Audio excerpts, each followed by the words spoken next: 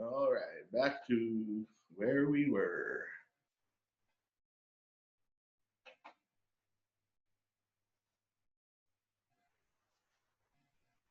Right. So, um,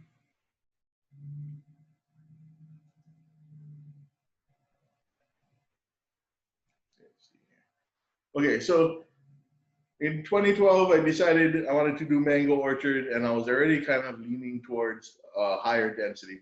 But when I was researching, I just couldn't find any information on higher density. I found bits and pieces of things, but it just wasn't around and available. So in 20, so that was in 2012. In 2016, I finally got the land to building my orchard. And so when I revisited higher density plantings at this time, I found a YouTube video on ultra high density plantation, and this was coming out of India. And basically, I used this video as my original guide to starting the Mango Loa Project.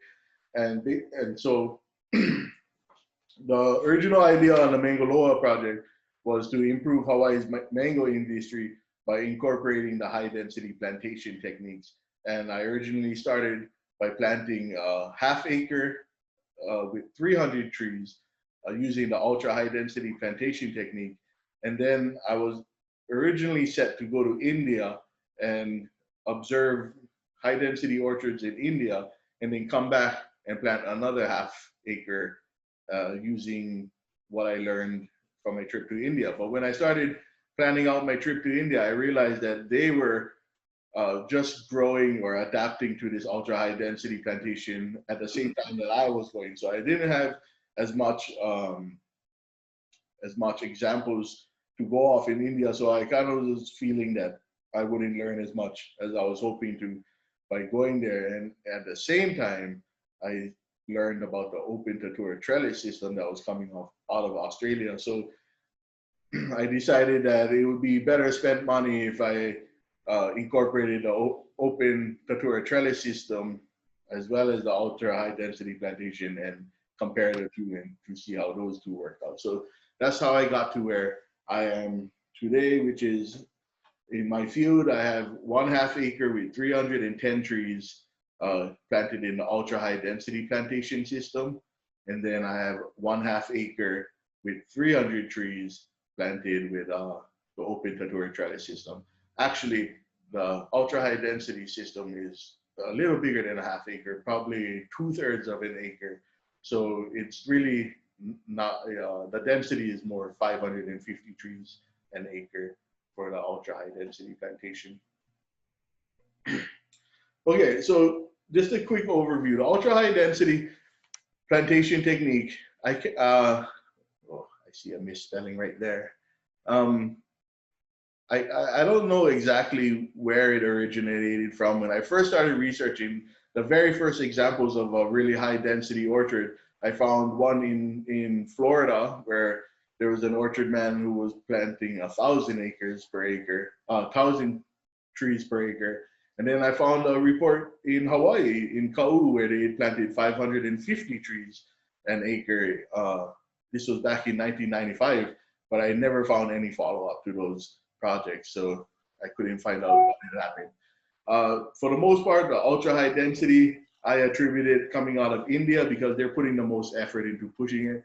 But from these pictures, you see that China has adopted this technique, and Australia definitely adopts high density orchards, as well as Israel and Japan, and with different techniques, right? So it's definitely a technique that is spreading worldwide and being adapted into all kind of environments.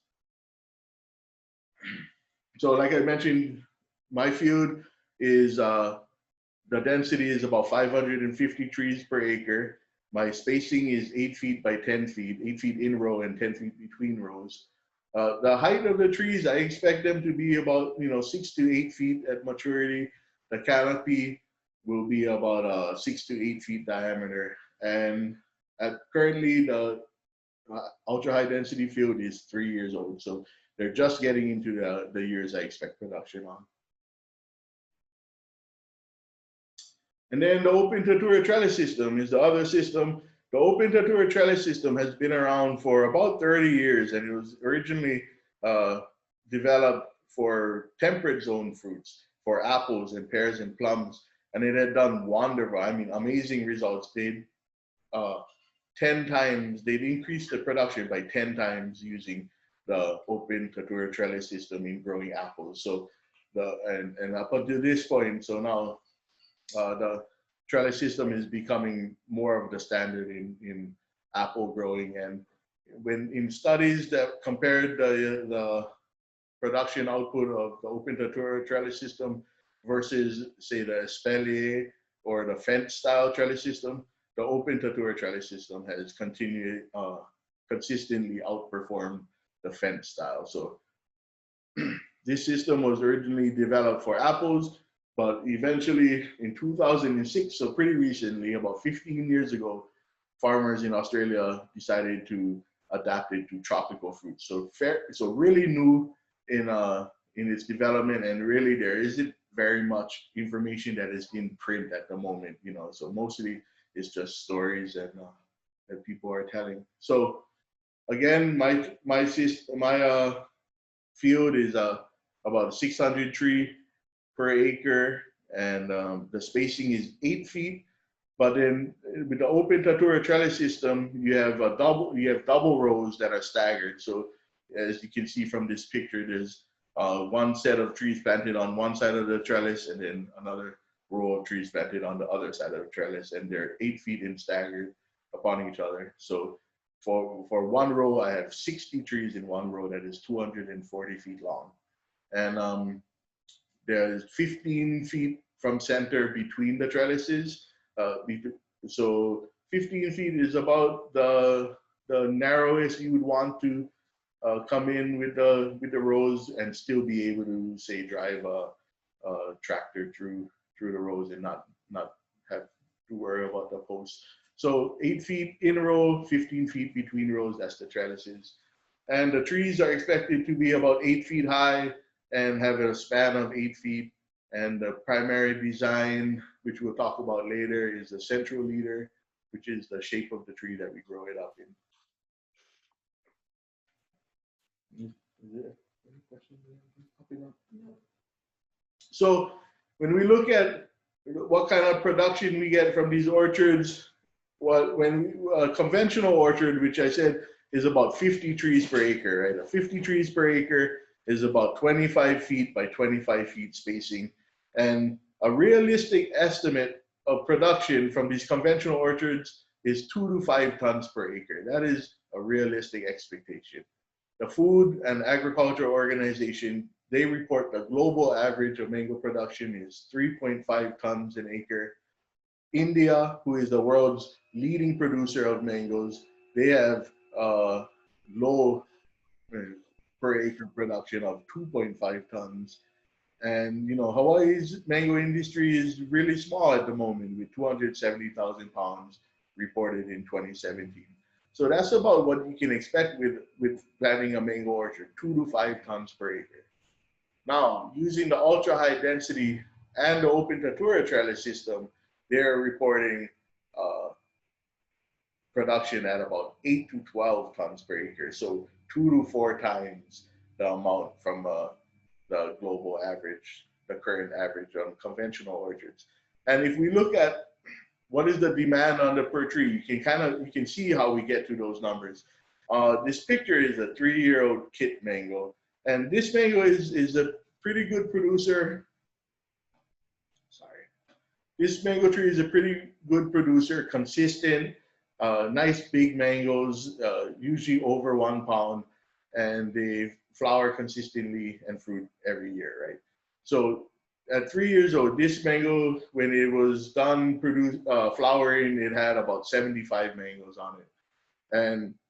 But if we look at the numbers, we can see that if in a field with 600 trees per acre, with an average of 25 mangoes per tree, we'd end up with 15,000 pounds of mangoes, or 7.5 tons. And that's with 25 mangoes per tree, which is not a hard number to achieve per mango, right? And so, I mean, just by doubling it, and these trees at 3 years old or at full production using the ultra high density, these trees are expected to hold between 75 and 100 mangoes max, right? So 25 mangoes per tree would be about the low end that I would expect from production per tree. And with that, we'd produce 7.5 tons of mangoes, right? And if you double it to 50, we're already talking about 15 tons per acre. So really, the potential to this double or triple or quadruple the production from mango by incorporating these techniques is a realistic view of its capabilities, right? So that's the goal, to double Hawaii's production with less. It has the potential to double Hawaii's production with less than 20 acres, right? So that's the potential of this high density systems. So some advantages of this high density system is that it has a higher and earlier production, mainly due to the high plant density and the support from the trellis wires, right?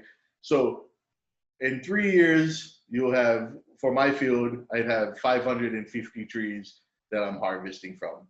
In a traditional orchard, in 3 years, you'll have 50 trees that you're harvesting from. So that accounts for the major increase in production. It's just simply the higher amount of trees in the orchard.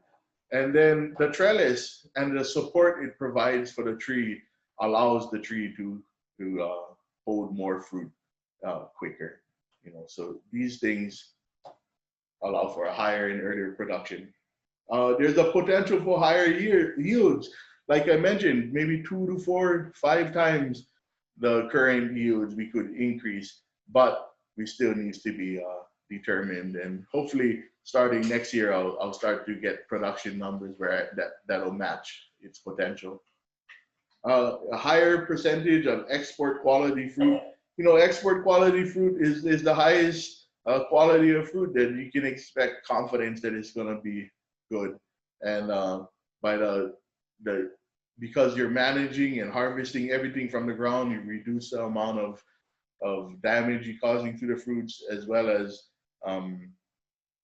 the light interception, and the amount of light that enters the orchard also increases the quality of the fruit. So you get a higher percentage of export quality fruit. The short trees and the trellis structures can be adapted to netting and covers to manipulate production. Ultimately, if you can cover your orchard to protect it from birds and fruit flies and other critters that can lessen your production, then you're going to be more confident and you're going to have a higher quality fruit. And you also, with the trellises and the structure that it provides, you have the ability to manipulate production. If you take durian, for example, durian requires a drought before it flowers, right? So if you have durians on trellis, you could cover the trellis with a tarp, and you could funnel away the water away from the roots for a few weeks, force a drought, then you remove the tarps, apply water or rain, and then you would get flowering in 2 weeks. So it would be a way to ensure more uniform or better flowering. And so with the trellises, you have the ability to manipulate production. It's an easier and safer orchard management for pruning, thinning, pollination, culling, spraying, harvesting. Everything is done from the ground. Everything is using hand tools. You don't have to climb trees. You don't have to climb ladders as much, which just goes towards worker safety. So easier and safer. It can reduce damage from severe storms and winds. Adapting the trellises to tropical fruits originally started when a hurricane had damaged, had wiped out pretty much the avocado orchards in northern Australia. And so when they were rebuilding their orchards, a few of the farmers decided to put the trees on trellises to see how they can withstand storms. And in 2011, they got hit by another hurricane, and they found that all of the avocado trees that were trellised had survived the storm. So it was proof to them that it was a good way to protect your trees against severe storms. And with high density, you have the potential to incorporate mechanization and robotics. In Hawaii, we will always have a labor shortage and mechanization and robotics may give us a way to have larger orchards or larger farms while still being able to provide the labor that is necessary for maintenance. And trellises may allow for wind susceptible species to be grown. So it might give you the opportunity to grow varieties or species of fruits that you wouldn't have been able to in certain climates, right? So it expands your growing climate. And less time is spent on developing trees. This is mostly for the trellis. And it does lessen the time it requires you to prune and train your trees. It's just the fact that on the trellises, the design is already spelled out for you. So you just have to tie the branches down. And you don't have to spend as much time choosing the right shape of the tree to get maximum production, right? So those are some advantages, and it wouldn't be fair if I didn't mention disadvantages. The main disadvantage is the high cost of establishing the orchard, and that goes for the number of trees that are required as well as the trellis material and irrigation.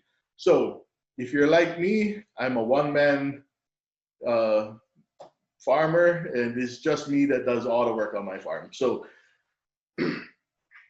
if you're making your own trees, you in Hawaii, we don't have, and we really don't have any wholesale fruit tree nurseries that can provide fruit trees for a low cost, right? In Australia, you can get grafted avocado trees for $8. In Japan, you can get grafted mango trees for $6, $8. But in Hawaii, I'd be surprised if you could get a mango tree for less than $20. And that would be even if you were ordering 500 trees in one order. I had never seen an example of being able to buy trees for less than $20. So that's what you can expect. So if you're doing 600 trees per acre and you have to buy the trees, you're gonna expect to pay 10 to 12,000 just for the trees.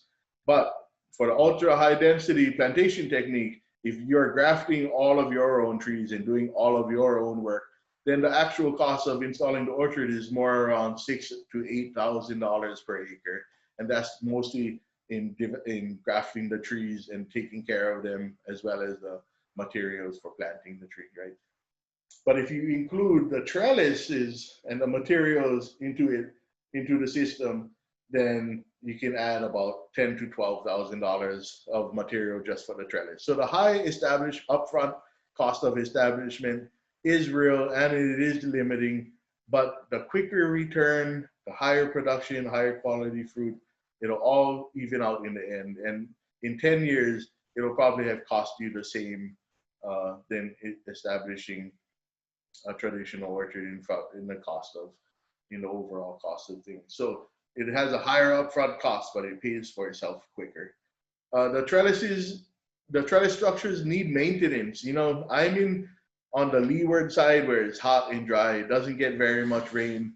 So I can expect my trellises to last maybe longer than if used in Wailua on Kauai, where it rains 200 inches a year. And I just got word from a trellis in that area that some of the wood had rotted away and had started to collapse, and we was trying to figure out what exactly caused that. So the trellis structures will require maintenance going along.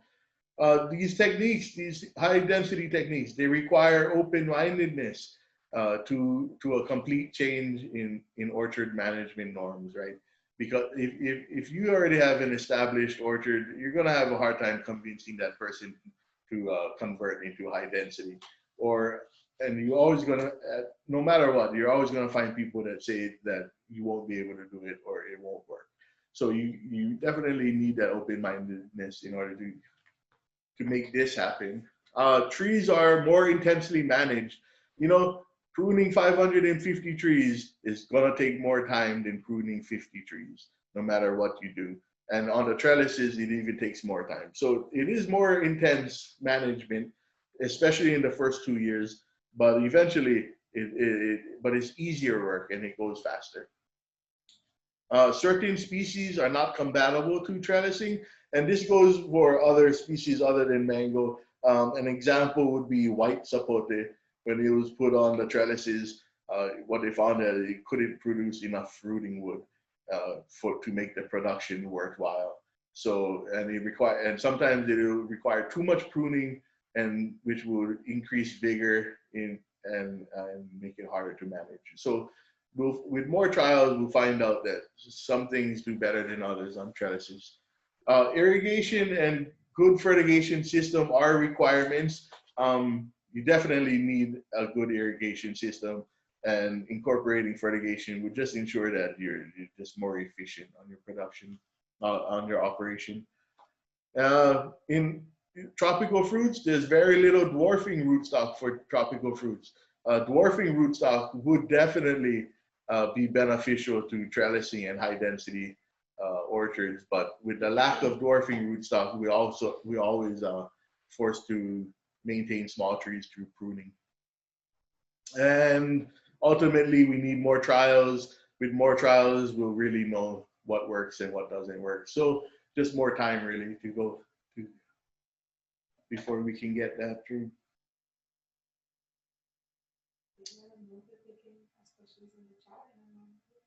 Oh yeah. So if there's any questions along the way, or if I skip through stuff and you want to know, just please enter the questions in the chat, and then I'll try to answer them as we go along. So any questions, put into the chat and I'll answer them. Okay, so it always starts in the nursery. Like I said, you're gonna have to graft these trees. You're probably not gonna be able to buy them. If you want to plant a 10-acre mango orchard in high density, we're talking about 5,500 to 6,000 trees. It's really gonna be hard to purchase that amount of trees. So it's more likely you're gonna be grafting your own trees. So what I look for in a rootstock, this is specifically with mango. Is it a polyembryonic mango or a monoembryonic mango, right? We have two different styles of mango. With the polyembryonic, you will get multiple seedlings from one seed, and most of the seedlings will be true to seed, same as the parent. With the monoembryonic seed, you'll get one seedling per seed, and it'll be a unique seedling all to itself. So personally, I like to use polyembryonic seedlings because at least I'll know that they'll have the same characteristics for the most part, where I might get a variation of characteristics using monoembryonic seedlings. I check for signs of disease resistance. Do I see a lot of black? Do I see a lot of anthracnose on the fruit? Do I see a lot of black on the leaves? Do I see powdery mildew on the flowers? I look for disease resistance in choosing the seed. Is the tree tall or vigorous? We don't know much about the characteristics that are imparted from the rootstock to the scion wood for mango, but I think it's safe to say that if you're choosing seed stock that is from a tall and vigorous growing tree, that some of that characteristics may be passed on to the scion wood. So is it a tall or vigorous tree? I also look if it's a regular or a heavy bearing tree. Does it flower every year? Does it set fruit good every year? Maybe these characteristics will be passed on to the scion wood and be beneficial. So those are the things I look for in choosing rootstock for the mangoes. And then, just as a side note, with the open Tatura trellis, the first wire is at 24 inches.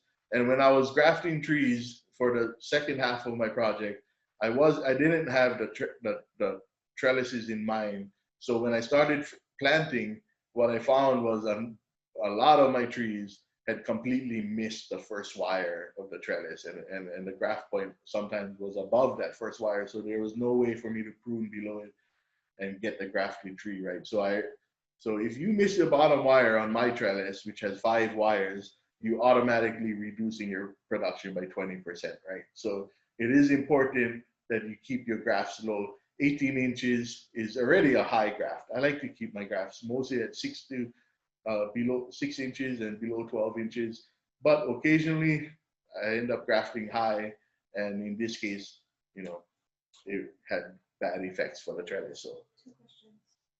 Are there a lot of variety in dwarfing tropical trees, even though they're not readily available now?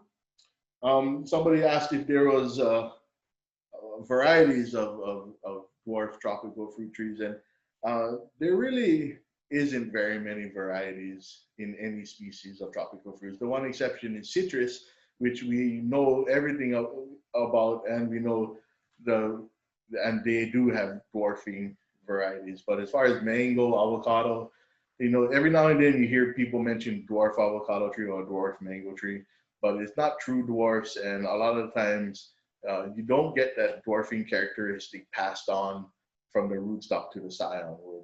And but I think it is safe to say that there is some characteristics that are passed on, but we just don't know what they are yet. And then your E says, did you plant according to the Hawaiian calendar? Yeah. Okay. So so you get your grafted trees, they're ready, and now you're thinking of planting your orchard, and really you cannot visualize and draw your orchard too many times. You cannot do it. The more you visualize and draw it out, the better you're gonna be, because once you plant, you're set. You're not moving your orchard. So the more you can try to visualize it and draw it out, the better. You gotta take sunlight into account, especially for mango, but it's true for almost all tropical fruits. You have to take sunlight into account when planting your orchard. If you don't have enough sunlight, you're not gonna have good enough production on your orchard. So sunlight, very important to take into account. Location and microclimate. If you're growing mangoes is a subtropical fruit. They like hot and dry days, and they like cool nights. And if you're in a really tropical location where it rains, 80, 100 plus inches a year, you're just not going to get good production from mango. You're not going to get good production from mango. I constantly get the question on what is the best variety for growing in a wet climate. There is no good variety of mango to grow in wet climate. That is just the bottom line with that. So location and microclimate is important in determining what trees or in determining your orchard. Row orientation, basically they say north to south orientation is preferred. And we'll talk about that later. And then determine your tree rolling spacing, right? What is going to be your tree? How many trees per acre? What is going to be the spacing in the rows? These are all things that you take into account as you getting ready to plant your orchard. So a little bit more on row orientation. So row orientation is more important for the trellis fields than the standalone fields. And that is because the structure of the trellis can shade out other parts of the trellis, right? So the orientation is more important for the trellis than the standalone high density fields.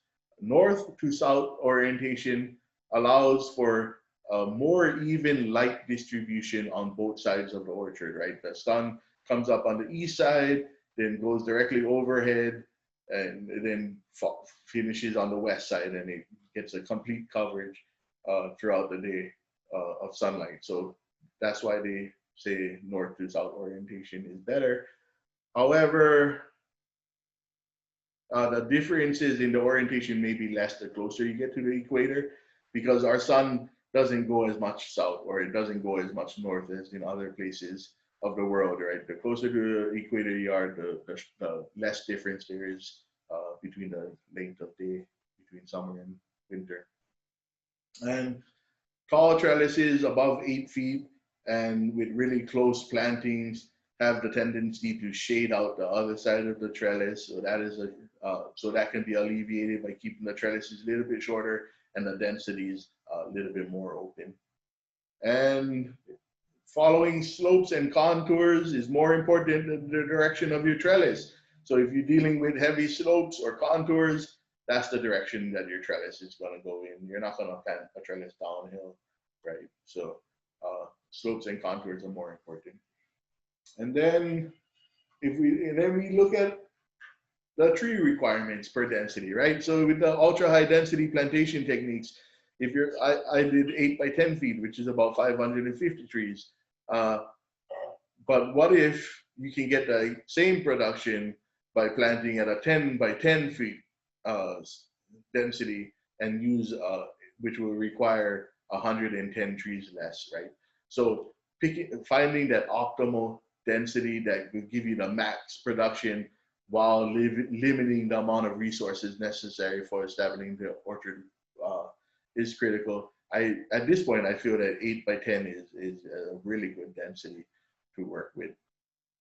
And so, and then with the trellises, with the trellises, because of the double road, you can fit more trees in less space than you can even with the ultra high density. So even with just a half acre of land, my half acre field, I have 310 trees, where with the ultra high density on 2/3 acre, I have 310 trees. So, the open Tatura is a little bit more compact and you can fit more trees per acre if need or not need. So you have to choose what your density is gonna be. All right, so now you've decided to your density and your orchard layout, and you've planted your field, and so now we're moving more into the requirements of pruning. So pruning is to increase your light interception within the orchard, right? So sunlight is definitely the key to fruit production, to maximum fruit production. And so light interception is the percentage of light that is captured by the leaves of a tree. And really optimal light interception is 65 to 75%. And we'll talk about it more. And then there's light distribution, which is the amount of light that penetrates into the canopy of the tree, right? So these two things are what you're keeping in mind as you prune or you figure out what pruning is necessary on your trees. So light interception is looked at in two different ways. First, you have the amount of light that is captured by the leaves of the tree as opposed to the orchard floor. Sunlight that is captured by the orchard floor does nothing for fruit production, right? It's just wasted light. And that's why the high density orchards have a better light interception at 3 years old, because if you look at this picture at 3 years, the light interception is about, or the canopy covers about 65 to maybe 75% of the 65 to 75% of the orchard. Sorry, I'm having a little bit of internet issues. So if I go out, please let me know a little bit. So light interception is the amount of light that is captured by the leaves of the tree as opposed to the orchard floor. And with high density, you fill in the orchard faster than you would with a traditional spacing of 50 trees by 50 trees, right? And then another way that light interception is looked at is the amount of light that is captured within the canopy of the tree. And this is more described as light distribution, right? So if you look at a mango tree, this is about a typical size mango tree. Maybe it doesn't get regular pruning, maybe it does. But what you'll find as far as fruit production goes is that on the outer of the tree, say 1 meter of the tree, you'll have optimal light interception. It'll be up at the 65 to 75% of the light that passes through the top meter of the tree will be captured by the leaves. So you'll get optimal light interception about the first meter of the tree. And that's why you see the majority of the production within the outsides or the tops of the tree, because that's where it's getting the most optimal light. And then you'll have another layer that's inside that's about 3 to maybe 5 feet into the canopy. And this one, you'll get adequate light interception, maybe 35 to 40% light interception. And so you'll have some production in this area, but not as much as the outer area. And then you have the inner core of the tree, and the inner core of the tree gets 0 to maybe 10% light interception, and therefore you get 0 production because there's simply not enough light to produce fruit in this area. So you can really see it by these dark areas. Look how black these areas are. There's definitely no production that's going to happen in here. simply because there's just not enough light. So with the high density trees, what you're really doing is you eliminating this section of uselessness because of no light. And by doing, you do that by keeping the tree short, and so there's no dead zones, right? So you can fit maybe 2 or 3 small sized tree in the same footprint of this large tree and get better production from it. Now, a good way to approach pruning is to look at the shadow that your tree casts, right? So if you look at this shadow from this tree, you can see how dark it is. It's black all the way through. No light is penetrating throughout the whole canopy, except for the outer edges of this canopy. You can see some light filtering in. And that's basically what you see with production, right? Auto production on the outside of the tree. So when you're approaching your trees for pruning, regardless of what size your tree is, you want to start by looking at the shadow and seeing what kind of light penetration you're having, right? And so here's some examples. I call it the shadow test, right? So you go, you see that these trees are getting good light interception or good light distribution as the light is able to penetrate throughout the whole canopy, right? Small canopies, easy for the light to pass through. Here's another example. You have good light penetration throughout the canopy. So that's what you're looking at when you're pruning trees. You're looking at opening it up enough for light to penetrate throughout the whole canopy, as well as wind and to get the breeze going through it. So when you're approaching, this is taking so long. So when you're approaching pruning, you definitely want to start by looking at the shadow that is cast by your trees, right? Okay, so you plant your ultra high density field, and year 1, what you can expect in the first year is that you're going to develop the main trunk of the tree and its scaffold branches, right? This will require about 4 walkthroughs a year.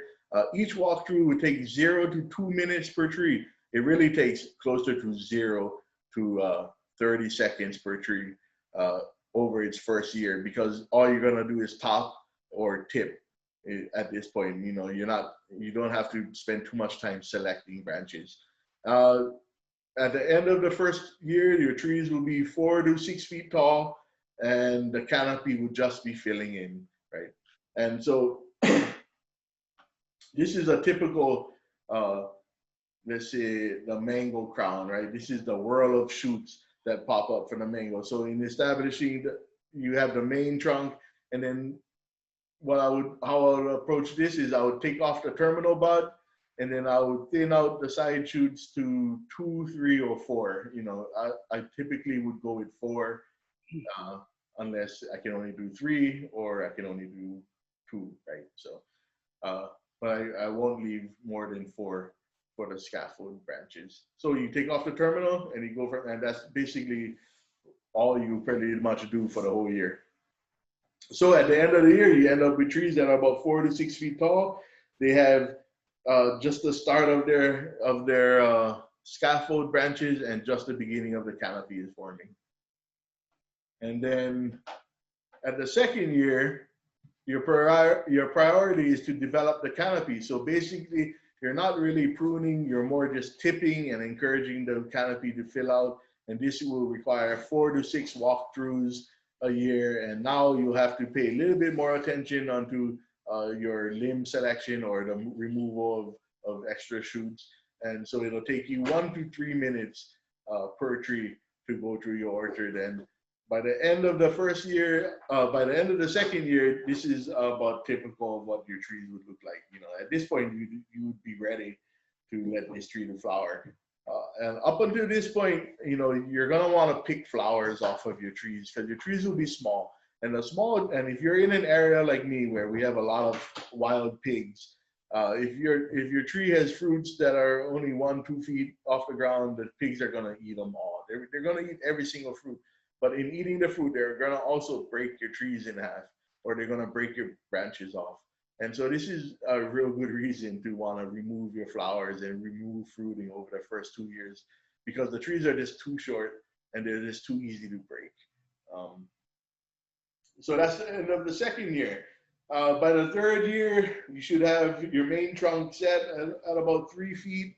The scaffold branches would be about 3 to 5 feet. You know, your canopy would be 4 to 8 feet. You At this point, you'll have one major pruning a year, and that'll be right after harvest, where you prune for size. And then you do 2 or 3 tipping sessions throughout the year, you know, around before and after the flowering. And then at this point, it takes about 4 to 8 minutes per tree to go through it. And but you can expect your trees to be about this size at the end of the third year, and then now you're just waiting for production to begin. For me, last year was a pretty poor year for mango, so I was hoping to get good production last year, but overall, all over Hawaii, it was a pretty poor year for mangoes. So I had good flowering, but I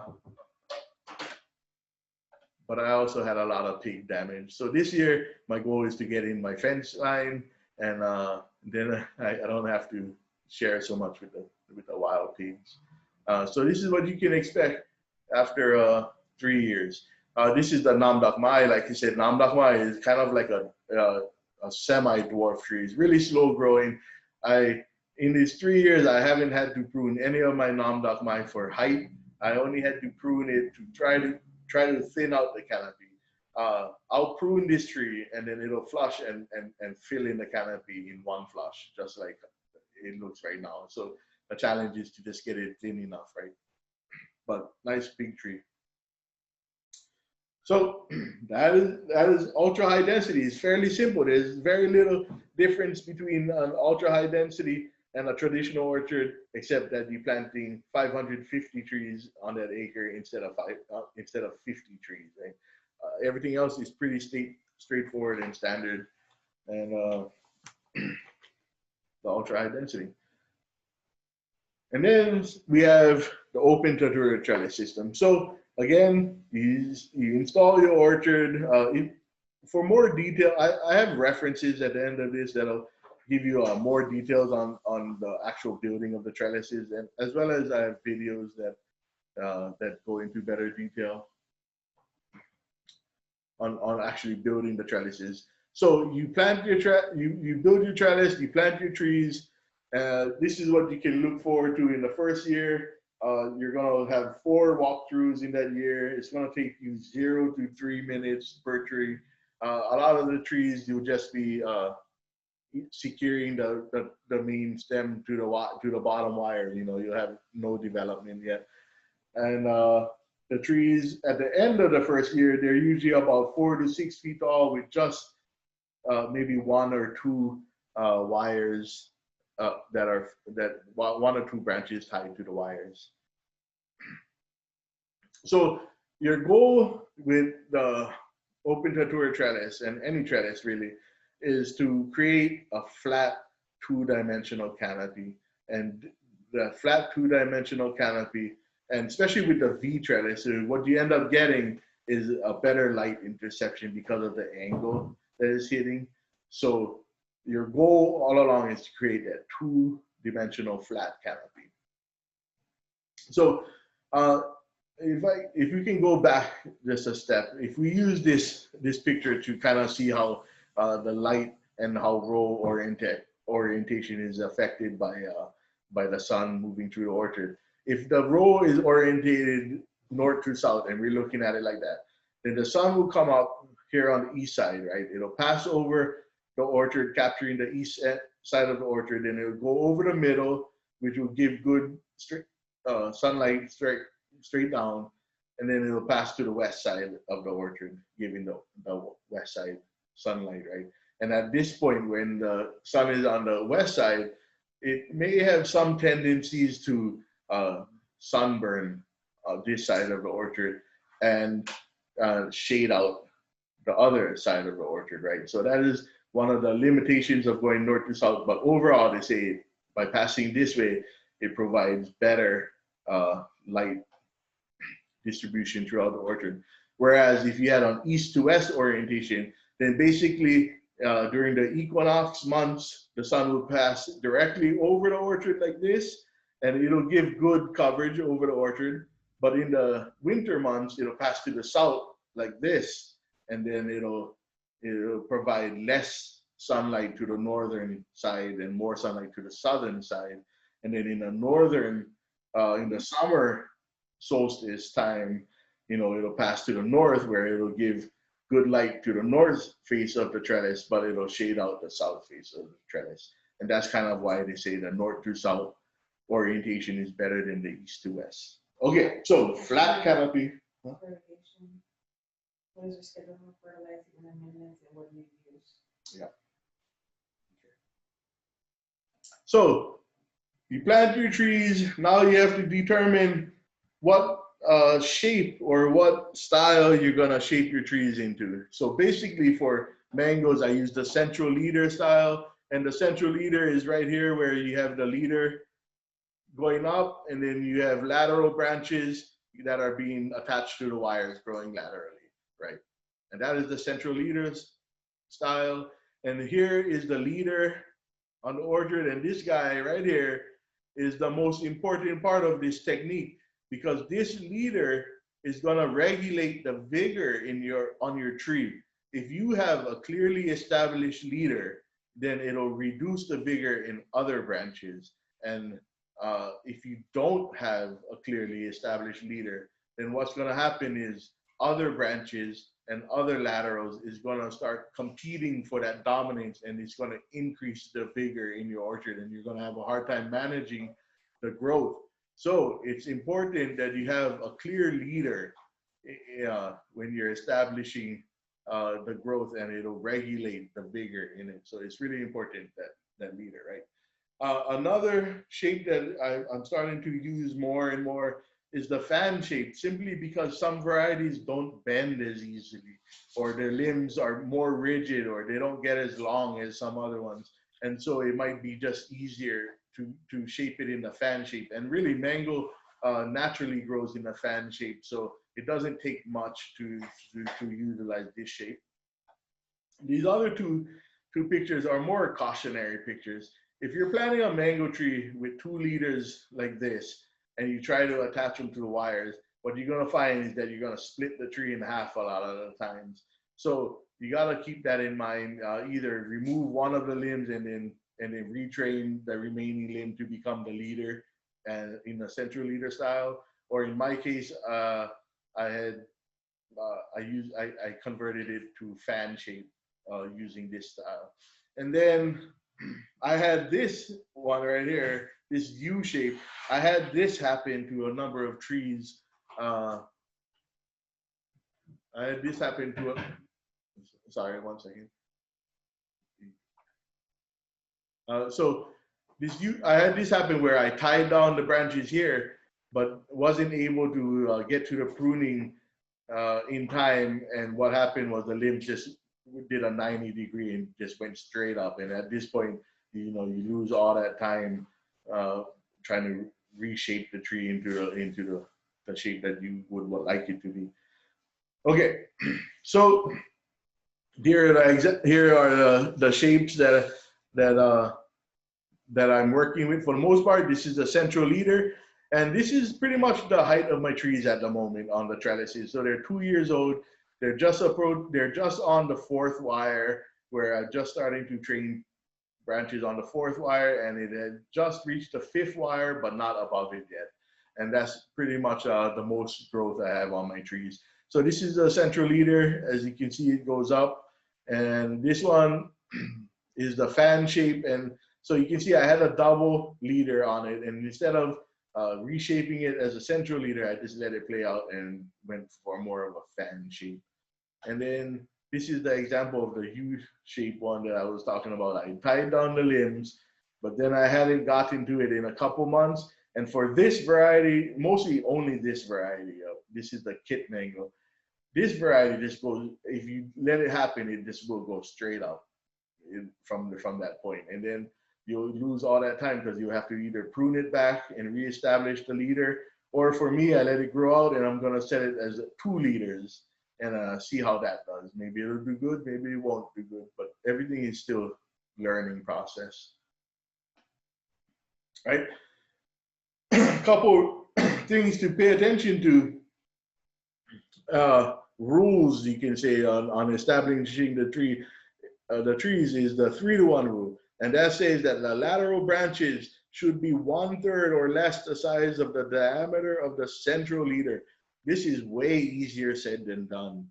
A lot of times you don't have the option to choose what branch you're going to tie down. You just have one option a lot of times. But if you can keep it in mind and choose a 3-to-1 ratio from central leader here to the lateral that you'll be tying down the wire, you regulate the vigor better, and you'll have an easier time managing the orchard. If you're constantly choosing laterals that are the same thickness as the central leader, then they'll be competing for dominance a lot of times, and you might get over vigorous trees, and so it'll increase your the demand on managing the orchard. So keep the 3-to-1 rule. A lot of times I do manage to get the 3-to-1 rule, but at the same time, I'm not gonna skip a wire because I don't have the right size of branch. I'm just gonna work with what we have. And then I tried to draw a diagram so we can get a better look at the tree, because the leaves block all of the branches, so you can't really get a good look at the design with all the leaves on it. So I drew it out. So here we see that I missed the one branch, right? So with some species of trees, if you cincture the bottom, or even if you just score it, then it'll induce shoots to come up below that. But with mango, it's not easy to induce shoots on mangoes. A lot of times, if I break a branch, then I might get a shoot come up. But with scoring and cincturing, I haven't really been able to get too much shoots to come up. And so another option would be to graft a piece on here in order to reach that bottom wire. Because some of them I missed both of the wires. So if you miss both of the wires, you're really missing a lot of production. So what we have here is we have the central leader going up, then we have the laterals that are tied along the wire, and then we have these sublaterals that form off of the laterals, and these sublaterals are the fruiting wood. This is what the flowers will come off of. So the more sublaterals you have, the more potential of flowers that you have on the tree. So on the bottom row, the bottom wire, if you develop sublaterals going down, this is typical for a mango. It'll go down, and then you top it or tip it, and then it'll throw up 3 shoots, and that's going to be your fruiting sublateral. Except when it flowers, it's going to be right on the ground, and all the fruit will be on the ground. So for the bottom wire, you don't want to set any sublaterals going down. You want all of your sublaterals going up.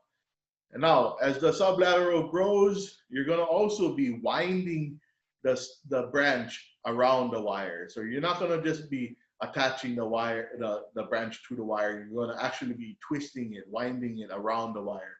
And as far as the central leader goes, you're going to also weave the central leader through the wires, right? So if it's on the outside for this wire, then it's going to be on the inside for this wire, and then it's going to be on the outside, and you're going to weave it through. And what this is going to do is you're going to put all the weight of the tree onto the wires instead of having all the weight onto your fasteners or your ties that you have. So you're going to weave the central leader through the wires as well as winding it around the wires. And this is going to put the weight onto the trellis, which is what you want. So you can see that sometimes you're choosing a lateral that starts below the wire, and that's easy to attach to the higher wire. Sometimes you have laterals that are above the wire, and these are less easy to attach. And oftentimes you're going to break the branch trying to get them to go down, or by having them go down, the branch might lose all of its vigor and just shrivel up and die. So optimally, you'll be below the wire or right at the wire, and oftentimes forcing the wire down is gonna kill the branch or break the branch. Some varieties only want to push out new shoots off of the terminal bud with no side branching. So if you have a variety that has the tendency of just flushing through the terminal bud, and you don't keep up with the pruning, then it'll flush 1, 2, 3, 4, 5 times with no branches and no fruiting wood. No fruiting wood at all here, except for at the end, you probably had flowers, right? So for some varieties, you're gonna have to make sure you keep up on the pruning or you'll end up with no fruiting wood, right? And then sometimes you get short flushes, and so you'll be able to set up sublaterals in between the wires, right? And this gives you more fruiting wood. And then you reach the top where you have your leader. So this is just kind of examples of as you training your trees up, what you can see. So there's a couple different, you'll find that there's two ways to train your trees. There's a way you can train your trees with a central leader and the laterals at the same time, and this would be the fastest way to develop your tree, right? It'll sprout, you just tie down the laterals, and then it goes to the next wire, and then it throws out the whirl of shoots, and then you choose two to tie down, and it goes to the next wire. This is pretty fast. You can get to the maximum height within 2 or 3 years. But some trees, they don't have the tendency to flush the whirl of shoots, or they have really long flushes and they often miss the wire. In that case, you're gonna have to prune it at every wire. You prune it, it'll throw out new shoots. You select the laterals to go here, and then you pick one of them to become the central leader, and then you prune off the rest of the shoots. Then it'll get to the next wire, and you'll have to prune it again. And this way, you'll have to develop the horizontal growing shoots and the vertical growing shoots separately. And this will take longer to develop the tree, right? So this is all things that are variety specific. So we have different trees have different characteristics, like I was saying. The white peary, I have a lot of varieties of mango, but I only grow white peary, raposa, kit, and namdakmai in larger numbers. Everything else is just 1 or 2 trees. So white peary has very good branching, really good flexibility in it, fairly compact flushes with lots of shoots. So this is by far the easiest tree I have for development. And you can develop the lateral branches and the central leader at the same time. So it really has been the easiest tree and the fastest to develop, right? Then I have namdakmai. Namdakmai is a small, slow-growing tree, and these ones, the limbs, they're thicker and they harden off quicker. And because they're slow-growing, they don't get very long before they harden off. So a lot of the times you have to bend them more to get them on the wire. And as a result, I've broken more namdakmai branches than any other tree by far. I've broken a lot of limbs, and it really hurts. Every time you break a branch, it hurts. So with this, you can develop it on a central leader, but you have to really be careful, and you have to really get it tied down quickly before it hardens off. But most likely, you'll be developing this, the central leader, which is the vertical growth, and the horizontal growth independently. And so it's going to take longer. So in the end, the namdakmai may be a better fan-shaped design simply because of how hard it is to bend the branches.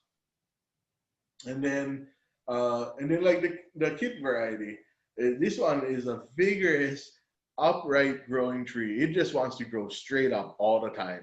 It's really hard to get it to branch out. And it also will just flush from the terminal bud over and over with none of that whirl of shoots, right? So, so this one, you have to stay on it in order to get, you can see from this picture, this one doesn't have any budding wood on this one, right? But I tried to do better on the next ones without having to start all over again. So you got to keep up with your pruning to make sure you develop enough sublaterals for fruiting. So these are all different characteristics that you will find with different trees, right?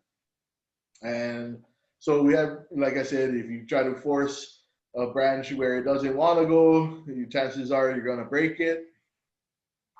This is an example of having it grow up independently, the central leader and the lateral branches growing up separately. So at one point I had to top it, and then from the new shoots, I selected 2 to go on the wire and 1 to become the central leader, and then I removed the rest. And then as you can see that these ones, like this lateral might even be bigger than the central leader. So I probably will at some point have to redesign it to manage the vigor in it.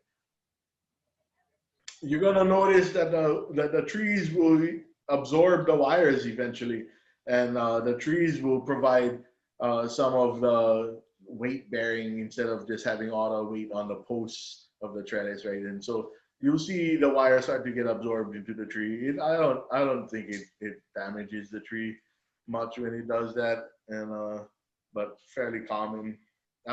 You'll also have to go through and remove some of your fasteners or tape as you go along, because those will also choke out the tree if you don't remove them as it grows bigger and bigger. So that's what you see there. Sometimes you just have to cut your losses and start all over again. And that happens if you don't keep up with your pruning, right? So this tree in particular had pretty much reached the top wire without any branches at all. So when I finally got around to pruning this, I had to cut it all the way back down to the second wire just so I can get an attachment on it.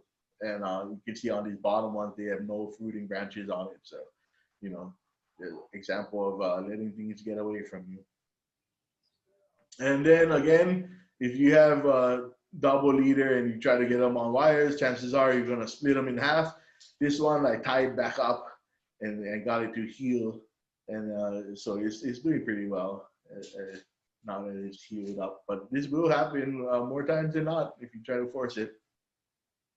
And here's an example of lowering your branch. So this branch had missed the wire by a good 4 inches, which is hard to recover without breaking the limb off. So what I originally did was I just got it to go horizontal, and then as it sprouted new shoots, the weight of the new growth bent it down to the bottom, where I wrapped it back around the wire. And so, you know, you can lower the branch without losing its vigor and killing it, or without breaking it off, but it's not as easy or not optimal for its growth.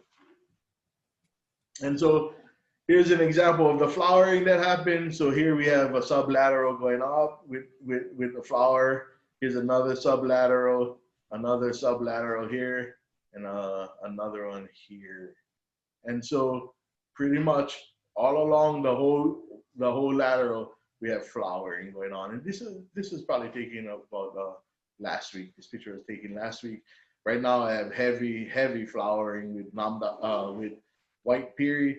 But of course, being October is who knows what the fruit set will be. Since we're in the rainy part of the year now, not real ideal for flowering. Okay, so that is what you can expect with going through your Tatura Trellis. And then now that I'm approaching the second year of growth on the trellises, I have about maybe 30 to 40% of the trees are approaching the top wire, except for the namdakmai, which is a little shorter tree, and those are all about 4 feet tall, so just on the second wire. But the growth has been super fast. It's super good growth on these trellises, and even though it does take a lot of work, it's definitely satisfying work getting these trees down. Okay, I'm gonna try to speed things up because we're already 15 minutes over, but one of the most main questions I get is on nutrition, right? Is how do I fertilize my trees? And it's a real hard question to answer, because it's really dependent on what your soil is and what nutrients are already in your tree and available to your tree, right? So it's specific to that. But I'll try to go over it a little bit to try to get how I approach nutrients, right?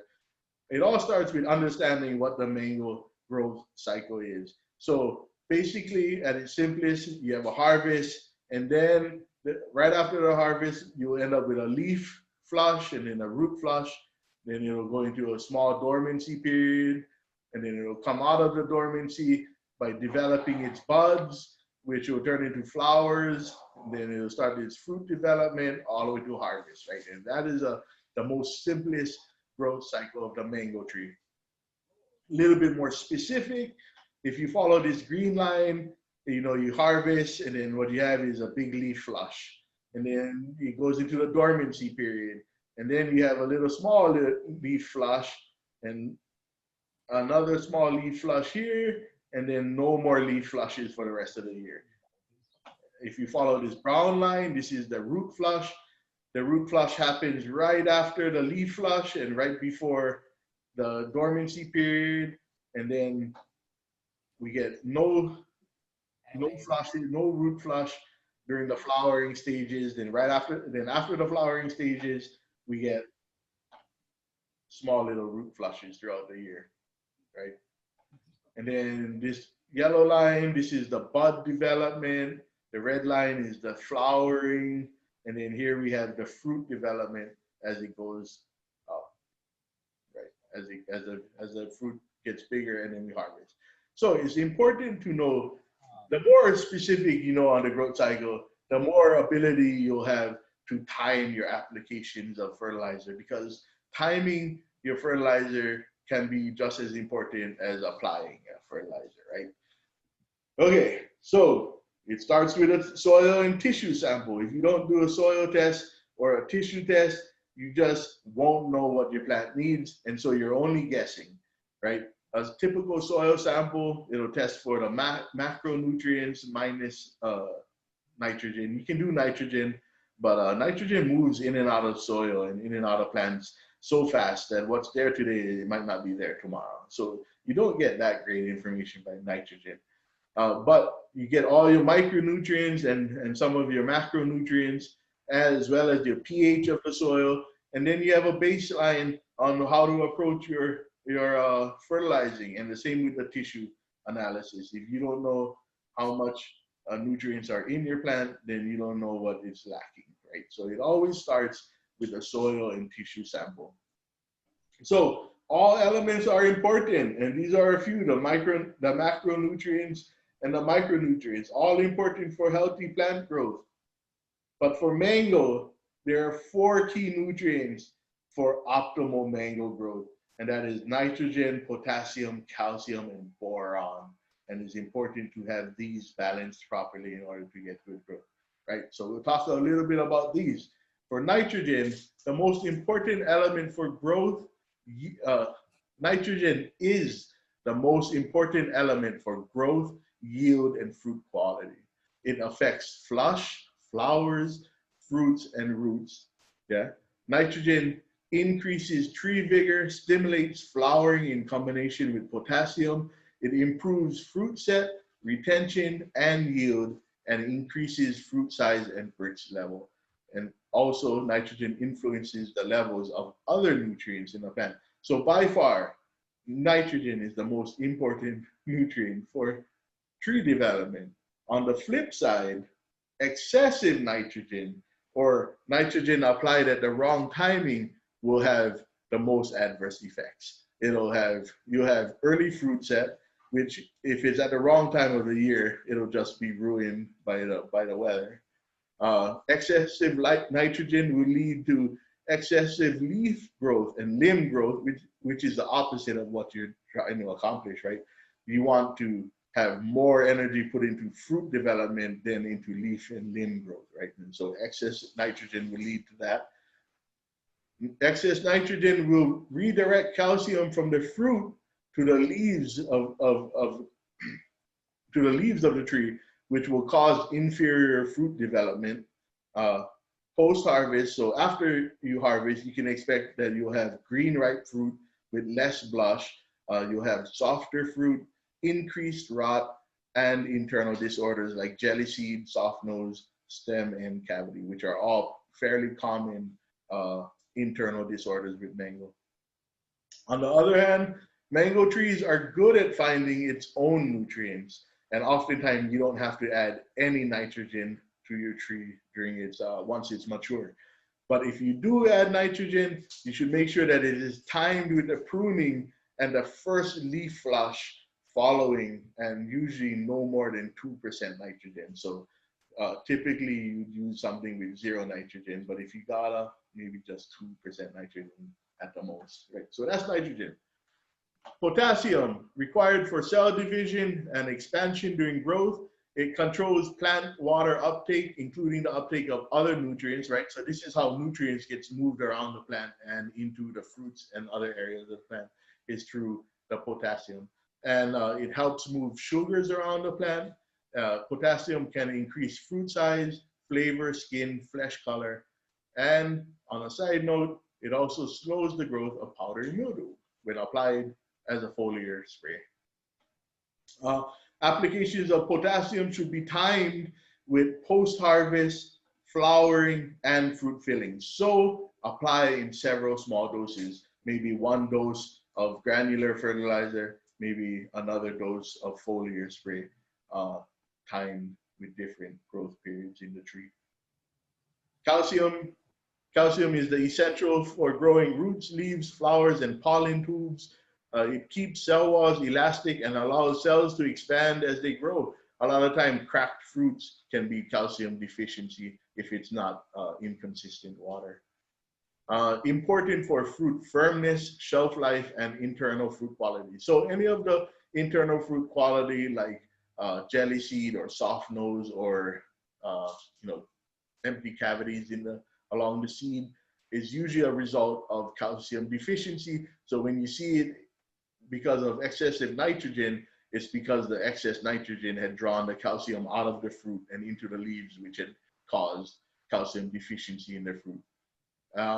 Calcium is needed all year round, and the plants use more calcium than any other element, right? So, and on top of that, the majority of calcium is taken up by new roots, and so application of calcium should be timed with root flushes. And boron. Boron is necessary for all new plant growth, flush, flowering, pollination, and root development. It's important for cell wall development. It helps calcium, so it works so it helps with internal fruit development. It's essential for fruit set. It helps with pollen viability and pollen tube development. However, boron is easy to go from deficient to toxic because of how little of this that you need, right? So it should be applied in very small doses and timed with flowering. So those four things, nitrogen, potassium, calcium, and boron, are the four essential nutrients for growing good mangoes. So what's available out there? For fertilizers, okay, these first two are really not available in Hawaii. And it's mostly because we don't have a well-established mango industry, so we don't have mango-specific fertilizers. But these are fertilizers that was used in Florida in their mango industry. So if we could find something equivalent to this to use, this is more on what you would want. So 8-2-12 is great for establishing young trees, years 1 and 2, just enough fertilizer. You don't want to use too much of anything, right? So 8-12 with micronutrients added, great for establishing years 1 and 2. After, once the trees is mature and you're expecting more flowering, 0, 3, and 16. This is good for all tropical fruit trees, but especially mature mango trees year round, right? And on top, and it'll also have micronutrients usually added with that too. So those are good for establishing and regular all-around use, anything similar to that. We have K-Mag, which provides potassium, magnesium, and sulfur. These are very essential nutrients for good fruit development. But of course, your soil and your tissue sample is going to tell you whether or not you need these things. Gypsum is pretty commonly used, and this is calcium sulfate. It's a good source of calcium that doesn't raise your pH. So if you're like me, when I have a high pH soil on the west side of the islands, I'm not going to want to use a soil, an amendment that is going to raise the pH, like lime or dolomite, which is calcium that will raise the pH of the soil. So gypsum doesn't raise the pH of the soil. And it also has a lot of other beneficial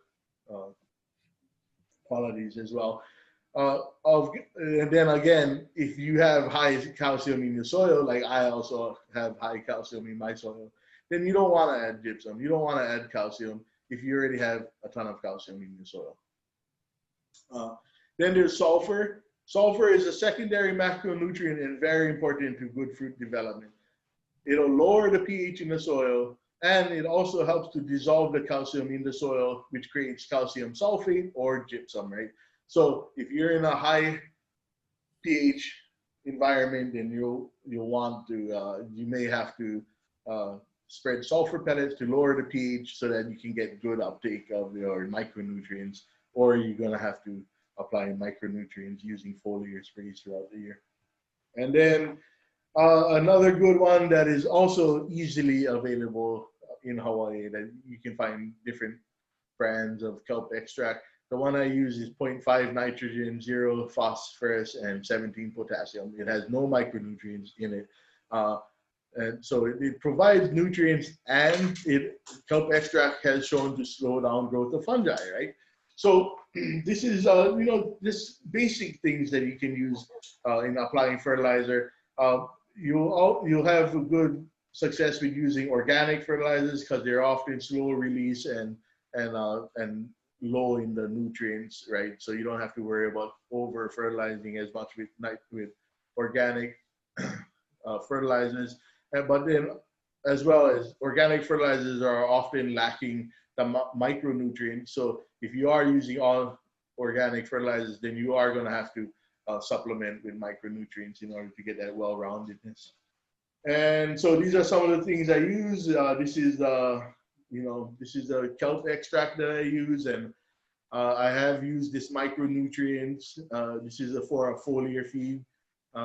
You can also use the fertigation and inject it into your irrigation line.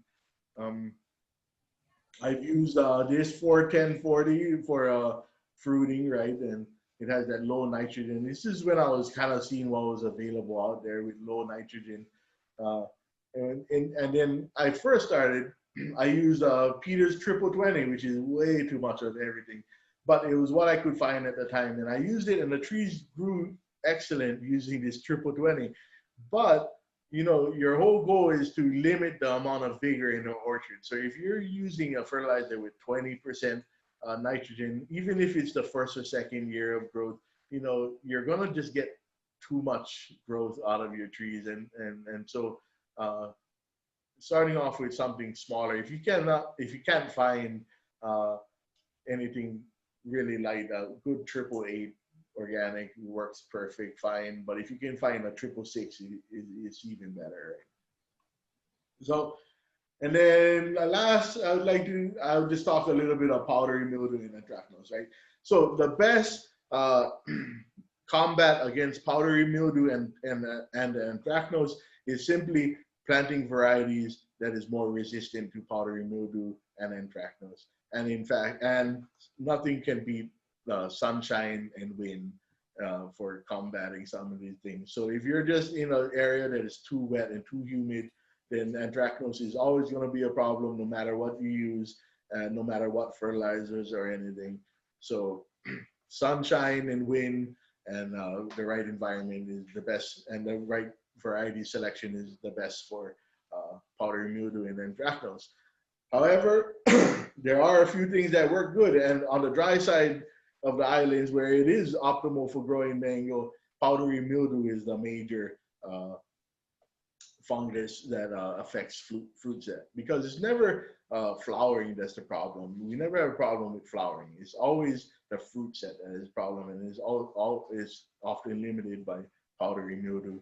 So sulfur works good. It's effective against powdery mildew, but it can acidify soil. So if you're in a high pH soil, or if you're in a high acidic soil, low acidic soil, then constant application of sulfur, it might just worsen the acidity in the soil, right? So it is limiting in that aspect, but it's effective and it works good, right?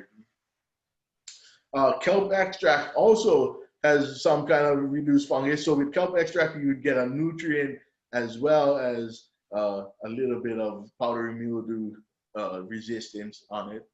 A newer fungicide that is available is potassium silicate, and all of these are organic or found.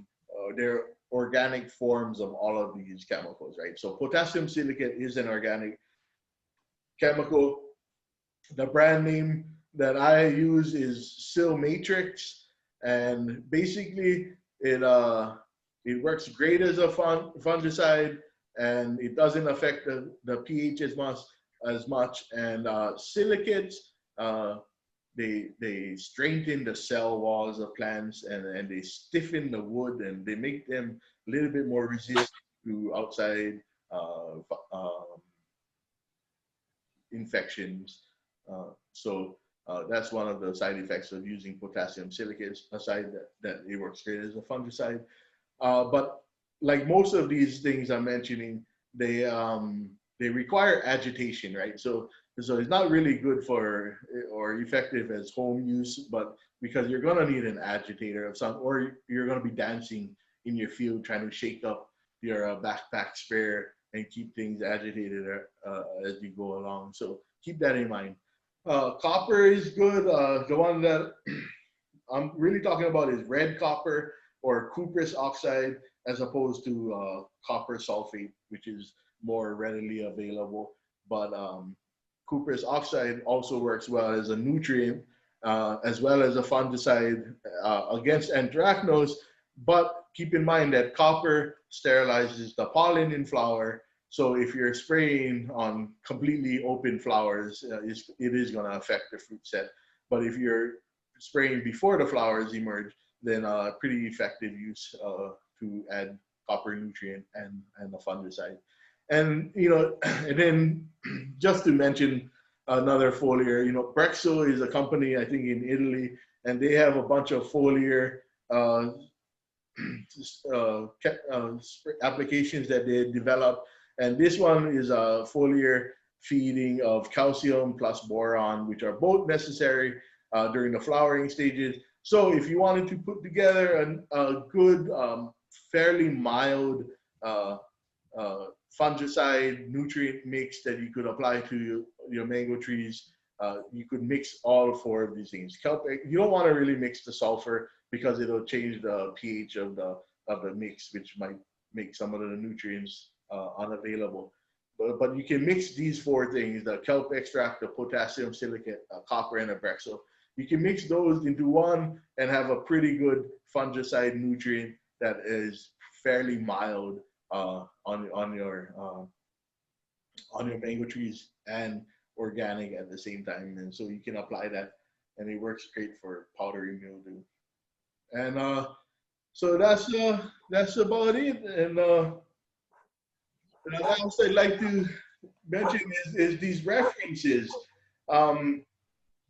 So this is basically what it's such a new technique that there isn't a lot of information that is in print yet, but there's slowly more and more things coming up. So this first one, improving the capacity of primary industries to withstand cyclonic winds, is a manual that pretty much outlines what you need to know on constructing the trellises. It also has a bunch of studies on different fruits and their production level. So I always go back to that manual constantly, and I reread it because there's just so much good information in it. This next book is Understanding Fruit Trees, is written by Bas van den En, and this man developed the Tatura Trellis system. So he developed the Tatura Trellis system at the Tatura Research Center in Australia. And he sent me this book last week, and he's been a sort of mentor to me as I get my orchard established. And he offers himself up for any questions that I have for him. So I mean, really great knowledge on how the effect of sunlight has on fruiting. Good stuff to know. And then these other two are more compilations done by the Australian government, which specify the nutrition management in mangoes and understanding that. And then the last one I'd like to bring in attention is this YouTube channel, High Density Mango Project. It's kind of hard to find. It doesn't get very much exposure, but it's a series of interviews by Peter Salaris. And Peter Salaris is one of the pioneers on trellising tropical fruits. And he really drops a lot of great knowledge. I mean, really stuff that you just not gonna find anywhere printed. This is firsthand, cutting edge knowledge. And the audio of the recording sucked, but if you can get through that and you can pick up some of what he's saying, it's really stuff that you won't find anywhere else. So that's basically the Mango Loa project and what I've been doing over the last 3 years. And so the whole project is basically installation of these high density techniques over years 1, 2, and 3.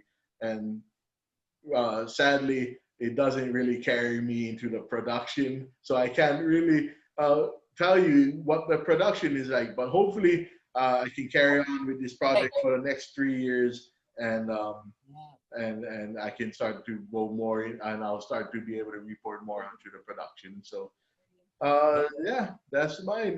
Just remind that you can find more information about the Mango Loa Project on Facebook as well as YouTube. And then, right. So like I mentioned, the first reference up here, improving the capacity of primary industries to withstand cyclonic winds, gives great instructions on constructing the trellis. And then you can also look onto my the Mango Loa Project on Facebook, and I detail it more on the construction, on the materials needed, and also, you know, and the YouTube channel, yeah. And you can always ask me questions through those channels, and I usually answer them pretty quickly. So that is my high density mango project that has been carried on. So I'd like to remind you guys again, if you could please fill out the survey that a link is on in the chat room, or I will email you guys a link. I just put it on the chat. Right, so it's back there in the chat. And you don't have to do Costco. I need separate pumpkin. so the question is, it was my planting staggered in the row, and for the trellises, they are staggered because they're the double rows, and so I have them at 8 feet. So I have them at 8 feet between rows, so 8 feet, 8 feet, 8 feet, and then staggered with these ones at 8 feet. So I plant one, and then on the other side at 4 feet, another tree, and on the other side at 4 feet, right? So it's double rows that are staggered at 8 feet distance. Where can you get seed stock or seeds? You know, I just gather them from the sides of the road, you know, or we have just a ton of mango trees that grow in Waimea and Kekau and Kauai. So I try to look for the nicest looking trees to pick from, and then I try to keep that in mind, you know. So when I've tried to propagate mango seeds, I peel it open, right, and I try to keep it from getting fungus in a container on top of. Anyway, it's very problematic and it's very difficult. Is there a simple way to propagate the mango seed? Yeah, well, because I'm always constantly trying to propagate as much as I can. I don't always have the time to peel them open. Sometimes I do peel them open specifically to look for the mango seed weevil, which is the major pest for mangoes, right? So I want to try to limit the amount of mango seed weevils that I'm bringing to my farm. And since my nursery is at my farm, I try to open up the seeds and make sure they don't have weevil. But other than that, if I'm sure they don't have weevil, I don't open up the husk at all. It's just too time consuming. The mango does perfectly fine popping itself out. And so I just plant them. If I can, I'll just plant the seed with the husk, and I won't shell it at all. And I usually get really good, you know, germination. That was George. Wow, is there a direction? Yeah, and we're cherry. Plant them? He's okay with that side. I just plant them flat. And they pop themselves open. Yeah. In the ground, or in some kind of an incubator? Yeah, in a pot, just in a pot of soil. What I end up doing is I pick the fruit up, and then I ferment the fruit for 24 hours, and I do this to remove the pulp off of the seed, right? Because it's the pulp that will cause the molding all the time. Sure. And so I try to eliminate as much pulp as I can, and I dry the seed up for 2-3 days, and then I plant it from there. I would prefer to just plant it straight into a pot. of Yeah, soil that'd be with the husk on. Yeah, And I mean, then, he was you know, moving before. Thank you. yeah. For budget for grafting, any source for a few hundred. He'll take I one. mean, Okay. budwood from grafting, Well, join the at Hawaii some tropical fruit growers, point, a lot of and people you'll get price free budwood from them, because the Hawaii tropical fruit growers are a great group of people that just love growing tropical fruits. So if you're looking for a ton of budwood that you don't want to pay $5 a piece for, then I would suggest you joining a group like the Hawaii tropical fruit growers, Yeah. Wow. who are always willing to share what they have on their farm. Well, we got Gonna be two. a trickle, which is gonna be okay for a minute, Right. because they're only gonna get bigger. Yeah. And then maybe once Yeah. they get bigger, then he's gonna train. So Wants to climb. any other questions? If not, thank you guys for joining me. And 'Cause he said they literally just finished the fence yesterday. Yeah. I guess the one quick question is, what kind of a graft do you do when you do the grafts? so I basically do two types of grafts, which is just a simple cleft graft and then the side graft, and really determines what the scion and the rootstock is, determines what graft I'm going to use. If the scion wood is slightly thicker than the than the rootstock, then I'll do a cleft graft. But if the rootstock is thicker than the scion wood, then I'll do a side graft, because you really get a better connection that way.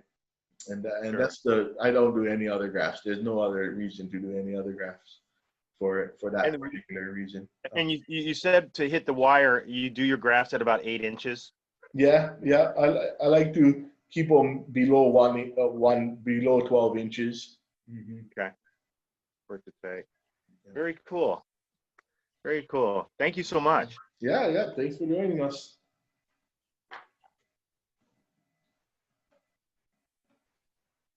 Let's see. Yeah. So, is there any more questions? All right. So, thank you guys for joining us, and maybe I'll get to see you guys in the future, and with more knowledge to share. Right on.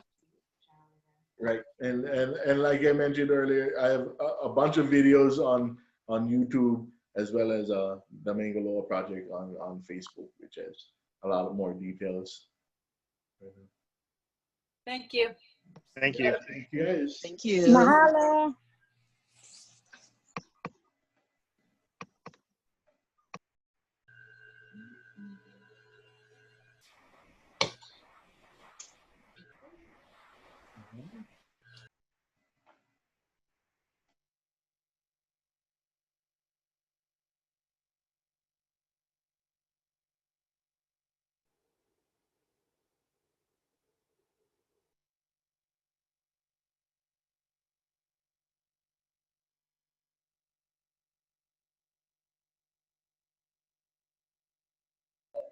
Not quite. So thanks, Emily. Thanks for all the help. Hey, Joe. Good seeing you. Jake, Paul. That was great. Thanks, Omi. Yeah, thanks for the help. Sure thing. And, The recording if you want. oh, that's right.